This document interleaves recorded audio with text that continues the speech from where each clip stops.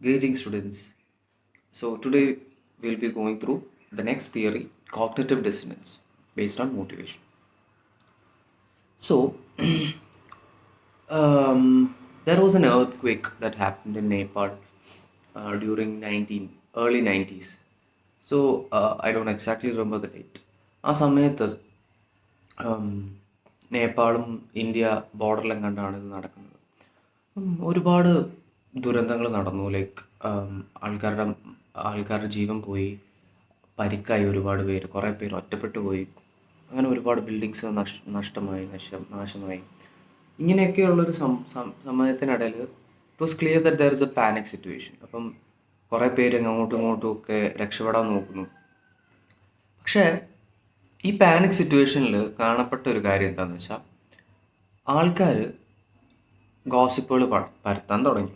എന്ന് വെച്ചാൽ റൂമേഴ്സ് ഇറക്കാൻ തുടങ്ങി. ലൈക്ക് അവർ കാണാത്ത കാര്യങ്ങളാണെങ്കിൽ പോലും they try to express things which were not realistic. അപ്പം ഇതെന്തുകൊണ്ടാണ് എന്നുള്ളൊരു തോട്ടിൽ നിന്ന് ലിയോൺ ഫെസ്റ്റിഞ്ചർ എന്ന് പറഞ്ഞ ഒരു വെൽ നോൺ സൈക്കോളജിസ്റ്റ് ഡെവലപ്പ് ചെയ്തൊരു തിയറിയും കൂടെയായിരുന്നു കോഗ്നിറ്റീവ് ഡിസോണൻസ്. ഇവിടെ എന്താണ് കോഗ്നിറ്റീവ് ഡിസോണൻസ്? ഒരു പാനിക് സിറ്റുവേഷനിൽ സാധാരണ നമ്മൾ എല്ലാവരും കാം ആക്കാനാണ് ശ്രമിക്കേണ്ടത്, അല്ലേ? കാം ആയിട്ടുള്ള വാർത്തകൾ പടർത്താനും അതാണ് നമ്മളെ ഹെൽപ്പ് ചെയ്യുക. പക്ഷേ അതിന് വിപരീതമായിട്ട് പാനിക് സിറ്റുവേഷൻസ് ഉണ്ടാക്കുന്ന രീതിയിലാണ് ആൾക്കാർ പറയുന്നത്, സംസാരിക്കുന്നതെന്ന് മനസ്സിലായി. അതെന്തുകൊണ്ടെന്നുള്ളതാണ് കോഗ്നിറ്റീവ് ഡിസോണൻസ് പറയുന്നത്. ഓക്കെ, സോ ഈ ഒരു എർത്ത് ക്വേക്കിനെ ബേസ് ചെയ്തിട്ട് ഒരുപാട് തൗസൻഡ്സ് ഓഫ് സ്റ്റഡീസ് വന്നിട്ടുണ്ട്. ആൻഡ് ഇന്ന് അതിൽ ഏറ്റവും ഇൻഫ്ലുവൻഷ്യൽ ആയിട്ട് നിൽക്കുന്നത് നമ്മുടെ ലിയോൺ ഫെസ്റ്റിഞ്ചറിൻ്റെ കോഗ്നിറ്റീവ് ഡിസോണൻസ് തിയറിയാണ്. And he was born on 1920s and he graduated by 1939. 1955 ആയപ്പോഴത്തേക്കും സ്റ്റാൻഫോർഡ് യൂണിവേഴ്സിറ്റിയിൽ പഠിപ്പിക്കാൻ ഒരു വെൽ നോൺ പ്രൊഫസറായിരുന്നു. ഫെസ്റ്റിഞ്ചറിനെ സംബന്ധിച്ചിടത്തോളം, why do we add or insert injury by combining wide spread of rumour എന്നുള്ളതാണ് ഈ ഫോക്കസ് ചെയ്തത്. ഓക്കെ, ഈ സമയത്ത് കാമായിട്ടുള്ള ന്യൂസുകളാണ് പുറപ്പെടുവിക്കേണ്ടത്. പക്ഷേ എന്തുകൊണ്ട് ആൾക്കാർ ഇങ്ങനെ റൂമേഴ്സ് സ്പ്രെഡ് ചെയ്യുന്നത്? ഇപ്പം എർത്ത് ക്വേക്കിൻ്റെ സംഭവത്തിൽ മാത്രമല്ല, നമുക്ക് റിലേറ്റ് ചെയ്യാൻ പറ്റും. നമുക്ക് ഇപ്പം വെള്ളപ്പൊക്കത്തിൻ്റെ സമയത്താണ് ഒരുപാട് എന്താ പറയുന്ന റിയലിസ്റ്റിക് അല്ലാത്ത വാർത്തകളും വരും. It is A human trait, അല്ലേ? അത് എന്തുകൊണ്ടാണ് എന്നുള്ളതാണ് ഈ ഫോക്കസ് ചെയ്തത്. അപ്പം ഇവിടെ ഈ എർത്ത് ക്വേക്കിൽ ഏറ്റവും രസകരം എന്താണെന്ന് വെച്ചാൽ, ആരും ഇത് നേരിട്ട് കാണാത്തവരും ഇതിനെ അനുഭവിക്കാത്തവരുമാണ് ഈ റൂമേഴ്സ് സ്പ്രെഡ് ചെയ്തത് എന്നുള്ളതാണ്. ഓക്കെ, എന്നിട്ട് എന്തുകൊണ്ട് അവരങ്ങനെ ചെയ്തു എന്ന് നോക്കിയപ്പോൾ it is obvious that they feel anxious. Okay, anxiety ഉണ്ട് അവർക്ക്, അപ്സെറ്റ് ആണ്. ഇപ്പം ഈ ന്യൂസ് കേട്ട പാടെ they will be upset of course. And അവരുടെ അടുത്തൊരു സ്ഥലമാണെങ്കിൽ they will എന്തായാലും feel that anxiety in them. And when they look around, this destruction is obvious. Okay, something's not right. And okay, എന്തുകൊണ്ടാണ് നമ്മൾ ആങ്ഷ്യസ് ആവുന്നത്? ഇതുവരെ ഒന്നും നടന്നിട്ടില്ല, but still we can feel something is happening. And ആ ഫീലിങ്ങിനെയാണ് നമ്മൾ പുറത്തോട്ട് കൊണ്ടിരുന്നത് റൂമറായിട്ട്. പക്ഷേ this rumours weren't fear provoking. Instead we might call them fear justifying rumors.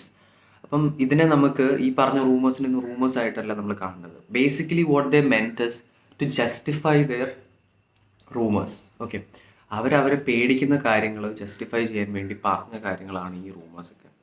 So നമ്മുടെ ബിലീഫ്സ് എന്ന് പറയുന്നത് can really say that why are we afraid of a thing. ശരിക്കും നമുക്ക് ലിറ്ററലി ഒരു പേടിയുണ്ട് എന്നുണ്ടെങ്കിൽ, ഒരു വസ്തുവിനോട് പേടിയുണ്ടെങ്കിൽ, ആ നമ്മുടെ ബിലീഫ്സും അതുമായിട്ട് ഒരു റിലേഷൻ ഉണ്ടാവും. So this is the seed of cognitive dissonance. Okay, അറിഞ്ഞിരിക്കുക. ഈ ഒരു നോഷനിൽ നിന്നാണ് കോഗ്നിറ്റീവ് ഡിസോണൻസ് എന്ന് പറഞ്ഞ തിയറി വരുന്നത്. കുറച്ചുകൂടെ എക്സാമ്പിൾസ് പറയുമ്പോൾ you will be more clear about this. Okay, അപ്പം കോഗ്നിഷൻ എന്താണെന്ന് നമ്മൾ പറഞ്ഞു. പല ഡെഫിനേഷൻസ് ഉണ്ട്. Basically it is a thing that swim around your head. അവിടെ തോട്ട്സ് ഉണ്ട്, ഒപ്പീനിയൻസ് ഉണ്ട്, ബിലീവ്സ് ഉണ്ട്. ഫെസ്റ്റിഞ്ചർ ഇതിനെ എല്ലാമാണ് കോഗ്നിഷൻ എന്ന് വിളിച്ചിരുന്നത്. ഓക്കെ, അപ്പം so all this little bit of knowledges inside our head swim through our head is called cognition. പക്ഷെ കോഗ്നിറ്റീവ് ഡിസണൻസ് എപ്പോഴാണ് സംഭവിക്കുന്നത്? It occurs whenever the bits of knowledge are inconsistent with each other. നമുക്ക് രണ്ട് informations ഉണ്ട്, knowledge ഉണ്ടെന്ന് വിചാരിക്കുക. ഇത് രണ്ടും തമ്മിലൊരു ബന്ധമില്ല എങ്കിൽ അവിടെ എന്ത് സംഭവിക്കും? കോഗ്നിറ്റീവ് ഡിസണൻസ് സംഭവിക്കും. എന്താണ് അതിൻ്റെ അർത്ഥം? Okay, when they don't fit together എന്നൊക്കെ പറയുമ്പോൾ what do they mean by this? Let's എക്സാമ്പിളായിട്ട്, ഫസ്റ്റ് ഓഫ് ഓൾ നിങ്ങളൊരു ഭയങ്കര എൻവയൺമെൻറ്റൽ ഫ്രണ്ട്ലി ആളാണെന്ന് വിചാരിക്കുക. ഓക്കെ, ആ നിങ്ങൾക്ക് പല ന്യൂസുകൾ കേൾക്കുന്നു എൻവയൺമെൻറ്റിനെതിരെയുള്ള, you really want to help this out. Okay, അങ്ങനെ ഒരു വ്യക്തിയാണ്. പക്ഷേ നിങ്ങൾ ജോലിക്ക് പോകുമ്പോൾ അല്ലെങ്കിൽ കോളേജിന് പോകുമ്പോൾ നിങ്ങൾ യാത്ര ചെയ്യുന്നത് ഒരു 2 സ്ട്രോക്ക് വണ്ടിയിലാണെന്നും വിചാരിക്കുക. 2 സ്ട്രോക്ക് വണ്ടീൻ്റെ പ്രത്യേകത എന്താണെന്ന് വെച്ചാൽ അതൊരു ഭയങ്കര പൊല്യൂഷൻ എമിറ്റ് ചെയ്യുന്ന ഒരു വണ്ടിയാണ്. So which is actually contradictory to our believes, പക്ഷേ വി യൂസ് ദാറ്റ്. ഓക്കെ, ഇതാണ് ഒരു എക്സാമ്പിളായിട്ട് പറയുന്നത്. ഈ കേസിൽ actually we have cognitive dissonance. ഇവിടെ നമ്മൾ വിശ്വസിക്കുന്ന ഒരു കാര്യം, നമ്മുടെ വാല്യൂ ഒരു കാര്യം, പക്ഷെ നമ്മൾ പ്രവർത്തിക്കുന്ന മറ്റൊരു കാര്യം. അപ്പം ഇങ്ങനെയുള്ള കേസുകളിൽ നമുക്ക് കോഗ്നിറ്റീവ് ഡിസണൻസ് ഉണ്ടാവും. മറ്റൊരു എക്സാമ്പിൾ പറയാം. റിയൽ ലൈഫിൽ പറയുകയാണെങ്കിൽ നമ്മളിപ്പം കേരളത്തിൽ നിന്ന് ഒരുപാട് യുനോ പൊളിറ്റിക്കലി നമുക്കൊരു most of us have this same values അല്ലേ? എങ്ങനെ പറയുന്നത്, ഇപ്പം CAA-ക്കെതിരെ, പെട്രോളിൻ്റെ പ്രൈസ് ഹൈക്കിങ്ങിനെതിരെയൊക്കെ നമ്മൾ കോമൺ ആയിട്ട് നിൽക്കുന്ന ഒരു സ്റ്റേറ്റാണ്. നമ്മളിതിനെതിരെ ഒരുപാട് സ്റ്റാറ്റസ് ഇടും, നമ്മളിതിനെ ഒരുപാട് എതിർത്ത് സംസാരിക്കും, പച്ചയ്ക്ക് അങ്ങ് എഴുതും, ട്രോളും മീമും. പക്ഷേ we know that there is no use. To be honest, ഇത് നോർത്ത് ഇന്ത്യൻ അറ്റ്മോസ്ഫിയറിൽ ഇത് എത്തുന്നില്ല എന്നും അവർക്ക് ഇതിനുള്ള പ്രോപ്പർ എഡ്യൂക്കേഷൻ ഇല്ലെന്ന്, എന്തുകൊണ്ടാണ് നമ്മൾ ഇതിനെ എതിർക്കുന്നതെന്നും ഉള്ളൊരു പ്രോപ്പർ നോളജ് ഇല്ല എന്ന് നമുക്കറിയാം. ആൻഡ് ഇത് ചെയ്യേണ്ടത് സെൻട്രൽ ഗവൺമെൻറ്റിൻ്റെ ഒരു ഇനീഷ്യേറ്റീവും വേണം എന്നുള്ളത് നമുക്കറിയാം. പക്ഷേ still we are doing this.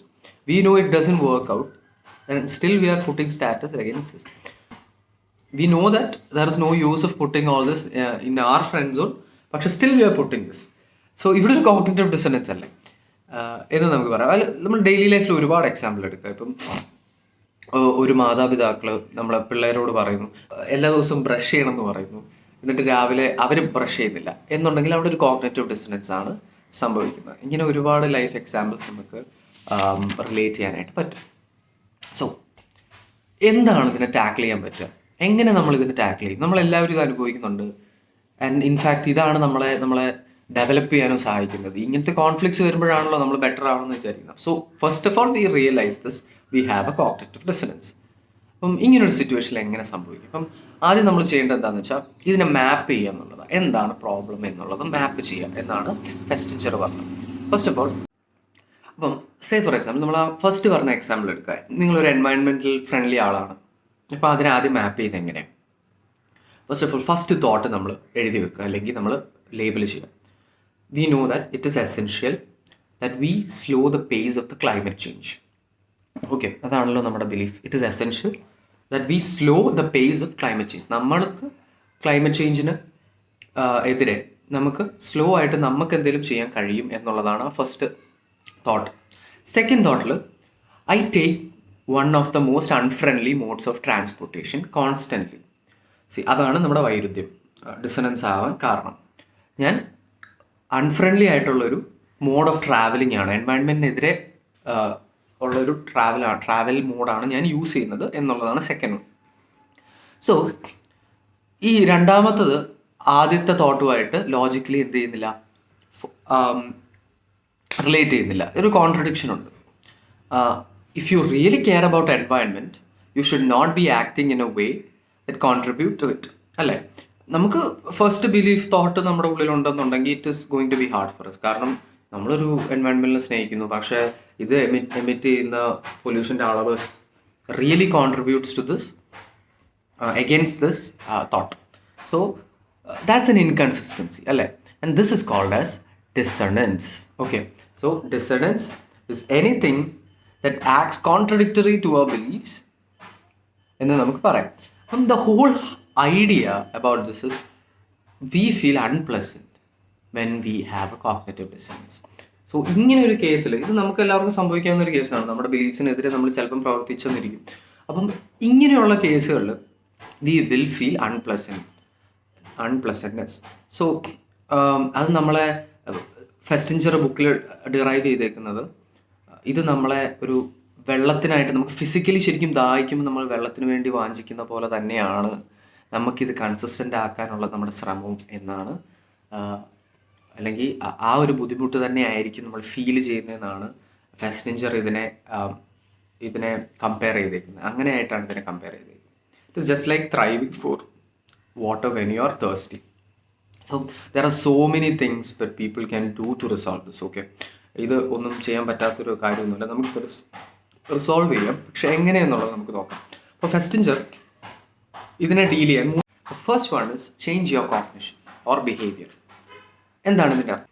Okay, നമുക്ക് 2 തോട്ട് ഉണ്ടെന്ന് പറഞ്ഞു. സോ ഇതിൽ ഫസ്റ്റ് രീതി എന്ന് പറഞ്ഞാൽ നമുക്ക് നമ്മുടെ ആ ബിലീഫ്സിനെ ആ 2 തോട്ടിൽ ഏതെങ്കിലും ഒരെണ്ണം അപ്ഡേറ്റ് ചെയ്യാം, ചെറുതായിട്ട് മാറ്റാം. അപ്പം ഇവിടെ ലൈക്ക് നമ്മളൊരു നമ്മുടെ ഫോണിൽ ഒരു ആപ്പ് വർക്ക് ചെയ്യുന്നില്ലെങ്കിൽ നമ്മളത് അപ്ഡേറ്റ് ചെയ്യും, എന്നിട്ട് നോക്കും ഇല്ലേ നമ്മുടെ ഫോണിൽ കോമ്പാറ്റബിൾ ആണ്. അതുപോലെ തന്നെ നമ്മളിതിലെ ഏതെങ്കിലും ഒരു തോട്ട്, ഈ 2 എണ്ണത്തിൽ ഏതെങ്കിലും ഒരു തോട്ട് അപ്ഡേറ്റ് ചെയ്യാം. ഇപ്പോൾ സേ ഫോർ എക്സാമ്പിൾ ഈ നമ്മുടെ എൻവയൺമെൻറ്റിൻ്റെ കേസിൽ തന്നെ പറയാം, നമ്മുടെ ആ എൻവയൺമെൻറ്റൽ വാല്യൂയിൽ നിന്ന് നമുക്ക് വേണമെങ്കിൽ മാറാം ആ കോഗ്നിറ്റീവ് ഡിസണൻസ് ഒഴിവാക്കാൻ വേണ്ടി. Okay, we start to believe that addressing climate change is unnecessary എന്ന് നമുക്ക് വേണമെങ്കിൽ വിശ്വസിച്ച് തുടങ്ങാം. ക്ലൈമറ്റ് ചേഞ്ച് ഇങ്ങനെ മാറ്റേണ്ട കാര്യമൊന്നുമില്ല എന്ന് വേണമെങ്കിൽ നമുക്ക് വിശ്വസിച്ച് നമുക്ക് ആ കോൺഫ്ലിക്റ്റ് ഒഴിവാക്കാം. ദെൻ എന്ത് സംഭവിക്കും? അപ്പം നിങ്ങൾക്ക് വാഹനത്തിൽ യാത്ര ചെയ്യുന്നതിന് കുറ്റബോധം തോന്നത്തില്ല. So this is one method. പക്ഷേ when you are a good spoke person, we have this value ഒക്കെ ഉള്ള ഒരാളാണെന്നുണ്ടെങ്കിൽ നമുക്കത് അത്ര സുഖകരമായ കാര്യമല്ല. അപ്പം എൻവയൺമെൻറ്റലിസ്റ്റ് നിങ്ങൾ ഓൾറെഡി 2-3 പുസ്തകങ്ങൾ എഴുതി, നിങ്ങൾ ഏതൊരു സംഘടനേൻ്റെ പ്രസിഡൻ്റ് ആണ് എന്നൊക്കെ വിചാരിക്കുക. അങ്ങനെയുള്ള സാഹചര്യങ്ങളിൽ this is going to be hard for you. അപ്പോൾ എന്ത് ചെയ്യും? അപ്പോൾ നമുക്ക് ഒരു വഴിയാണ് ചേഞ്ച് യുവർ ബിഹേവിയർ. നേരത്തെ ചേഞ്ച് യുവർ കോഗ്നിഷൻ ആയിരുന്നു, ഇവിടെ ചേഞ്ച് യുവർ ബിഹേവിയർ. അപ്പം നമുക്ക് എന്ത് ചെയ്യാം? നമ്മുടെ മോഡ് ഓഫ് ട്രാൻസ്പോർട്ടേഷനിൽ ഡിഫറൻസ് വരുത്താം. ഈ BS2 വെഹിക്കിൾ മാറ്റിയിട്ട് നമുക്കൊരു ഇലക്ട്രിക് ബൈക്കോ അല്ലെങ്കിൽ പബ്ലിക് ട്രാൻസ്പോർട്ടേഷനൊക്കെ യൂസ് ചെയ്ത് നമുക്ക് കോളേജിലോ സ്കൂളിലോ പോവാം. ആ വഴി നമുക്ക് എന്ത് ചെയ്യാം? കോഗ്നിറ്റീവ് ഡിസണൻസ് ബാലൻസ് ചെയ്യാൻ പറ്റും.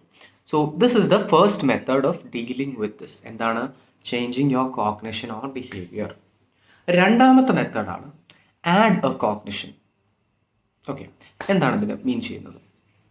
It is introducing a new thought to equation that help us to justify the inconsistency. Okay, ഇവിടെ എന്താണെന്ന് വെച്ചാൽ നമ്മുടെ ബിഹേവിയറും നമ്മുടെ കോഗ്നിഷനൊന്നും ചേഞ്ച് ചെയ്യുന്നില്ല, പക്ഷെ ഒരു പുതിയ തോട്ട് നമ്മൾ കൊണ്ടുവരികയാണ്, നമുക്ക് പുതിയ ബിലീഫ് നമ്മൾ ഏറ്റെടുക്കുകയാണ്. എന്താണ് ഈ കേസിൽ? എൻവയൺമെൻറ്റ് ആൻഡ് വെഹിക്കിളിൻ്റെ കേസിൽ നമുക്ക് പറയാം, ആൻഡ് ഞാൻ വെഹിക്കിൾ യൂസ് ചെയ്തില്ലെങ്കിൽ എനിക്ക് സമയത്തിന് എൻ്റെ കോളേജിൽ എത്താൻ പറ്റില്ല, അല്ലെങ്കിൽ സ്കൂളിൽ എത്താൻ പറ്റില്ല. അതുപോലെ തന്നെ എനിക്ക് എൻ്റെ സാമ്പത്തികം എനിക്കൊരു പുതിയ ബൈക്ക് മേടിക്കാൻ അല്ലെങ്കിൽ വെഹിക്കിൾ മേടിക്കാൻ സഹായിക്കുന്നുമില്ല. ഇങ്ങനെ ഒരു സാഹചര്യത്തിൽ എനിക്ക് ബൈക്ക് യൂസ് ചെയ്യാതെ വേറെ നിവൃത്തിയില്ല, എനിക്ക് ബൈക്ക് എടുത്തേ പറ്റൂ എന്നുള്ള ഒരു തോട്ട് നമുക്ക് മിക്സ്ഡ് അപ്പ് ആയിട്ട് ആഡ് ചെയ്യാം. ഇത് നമ്മുടെ കോഗ്നിറ്റീവ് ഡിസണൻസിന് ഒരു പരിധി വരെ ഹെൽപ്പ് ചെയ്യും. അപ്പോൾ എന്ത് സംഭവിച്ചു? നമ്മൾ ടോട്ടലി ജസ്റ്റിഫൈഡ് ആയി. ഓക്കെ, ഈ ഒരു ഡിസിഷനിലൂടെ നമ്മൾ totally justified. What did we do? We took a thought or cognition and we added to this beliefs. So third method ഫെസ്റ്റിഞ്ചറിനെ സംബന്ധിച്ചിടത്തോളം, മൂന്നാമത്തെ മെത്തേഡ് എന്ന് പറയുന്നത്, ഇത് മിക്കവാറും ചെയ്യുന്നത് ഹൈ വാല്യൂഡ് പേഴ്സൺസ് ആയിരിക്കും. കാരണം ഇവിടെ നമ്മൾ ഇത്രയൊക്കെ ആഡ് ചെയ്തെന്ന് പറഞ്ഞാലും രണ്ടാമത്തെ കേസിൽ നമ്മളോട് തന്നെ വഞ്ചിക്കുകയാണ്, നമ്മുടെ ബിലീഫ്സിനെ വഞ്ചിക്കുകയാണ് എന്ന് പറയാം. എല്ലാവർക്കും അത് പറ്റിക്കൊള്ളണമെന്നില്ല. ഓക്കെ, അപ്പം എന്നാലും നമുക്ക് ഡീൽ ചെയ്യാൻ പറ്റും. എങ്ങനെ? By bringing different kind of rationalisation. പല രീതിയിൽ നമുക്കിത് റാഷണലൈസ് ചെയ്യാം, ജസ്റ്റിഫൈ ചെയ്യാം. നമുക്ക് പറയാം BS2 വെഹിക്കിൾ അധികം എൻവയൺമെൻറ്റിനെ ബാധിക്കുന്നില്ല എന്നുള്ളൊരു ക്ലെയിം കൊണ്ടുവരാം. അപ്പം നിങ്ങളുടെ ബിഹേവിയർ എന്താവും? ഫൈനാവും. ഓക്കെ, പക്ഷെ അത് നിങ്ങൾ റിയാലിറ്റീനെ ഹിറ്റ് ചെയ്യും അല്ലേ? അപ്പം എന്ത് സംഭവിക്കും? നമ്മളൊരു ഡിനയൽ രീതിയിലേക്കാണ് അങ്ങനെ വരുമ്പോൾ നമ്മൾ ചെയ്യുന്നത്.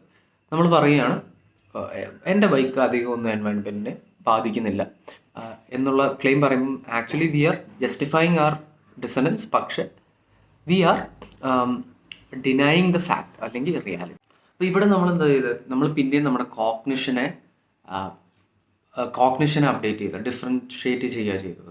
പക്ഷേ ഇനി നമുക്ക് കുറച്ച് ബെറ്റർ ആയിട്ട് ഈ ഡിനയൽ ഒഴിവാക്കാൻ ഒരു കാര്യം കൂടെ ചെയ്യാം. നമുക്ക് അത് ഒഴിവാക്കിയിട്ട് കോഗ്നിഷനെ മാറ്റാതെ നമ്മുടെ ആക്ഷൻസിൽ ഡിഫറൻസ് വരുത്താം. ഒരു പക്ഷേ നമ്മൾ ആ BS2 വെഹിക്കിൾ യൂസ് ചെയ്യുന്നതിൻ്റെ അളവ് കുറയ്ക്കാം. കൂടുതലും ടെലികമ്മ്യൂണിക്കേഷനിലൂടെ ഓൺലൈനിലൂടെയും ക്ലാസ്സുകൾ എടുക്കാനും അല്ലെങ്കിൽ ക്ലാസ്സുകൾ അറ്റൻഡ് ചെയ്യാനും ശ്രമിക്കാം. അപ്പോൾ ഇവിടെ എന്താ സംഭവിക്കുന്നത്, നമ്മൾ നമ്മുടെ ആക്ഷനിലൂടെ നമ്മുടെ ആക്ട് ജസ്റ്റിഫൈ ചെയ്യുകയാണ്. അപ്പം തേർഡ് മെത്തേഡ് പറയുന്നത് എന്താണ്, ഒന്നെങ്കിൽ നമുക്ക് നമ്മുടെ കോഗ്നിഷനിൽ ഡിഫറൻസ് വരുത്താം, രണ്ട് നമ്മുടെ ആക്ഷൻസിൽ ചെറിയ ഡിഫറൻസ് വരുത്തി നമുക്ക് നമ്മുടെ ഡിസണൻസ് പാർട്ടിനെ നമുക്ക് അവോയ്ഡ് ചെയ്യാം അല്ലെങ്കിൽ ജസ്റ്റിഫൈ ചെയ്യാം. Yeah, so this is all about cognitive dissonance. If you need to learn more about this, I'll send the link of the notes. And the researchers പറയുന്നത് this is very important theory. കാരണം ഒരുപാട് wide സ്കോപ്പുകളുണ്ട്, ഇത് അധികമായിട്ടില്ല ഇങ്ങനൊരു theory നിലവിൽ വന്നത്. So it is giving way for many studies related to cognition. ഇത് literally നമ്മുടെ ബ്രെയിനിൽ കോഗ്നിറ്റീവ് ഡിസണൻസ് ഇസ് ദെയർ എന്നാണ് പറയുന്നത്.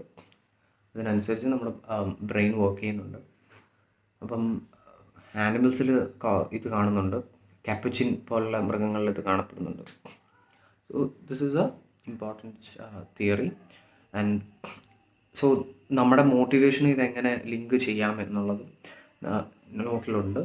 ബിക്കോസ് ഓൾ ദീസ് തിങ്സ്, നമ്മുടെ ഈ ഡിസണൻസ് ആണ് നമ്മുടെ ബിഹേവിയറിനെ ഡ്രൈവ് ചെയ്യുന്നത്, അല്ലേ? നമ്മുടെ ബിഹേവിയറിനെ ഡ്രൈവ് ചെയ്യുന്ന ഒരു മെയിൻ എലമെൻറ്റ് നമ്മുടെ ബിലീഫാണ്. അതിനെ എങ്ങനെ ജസ്റ്റിഫൈ ചെയ്യാം എന്നുള്ളതാണ് കോഗ്നിറ്റീവ് ഡിസണൻസ് നമുക്ക് റിമൈൻഡ് ചെയ്ത് തരുന്നത്. I hope it is clear, and if you have any doubts you can ask. That's all for today. Thank U.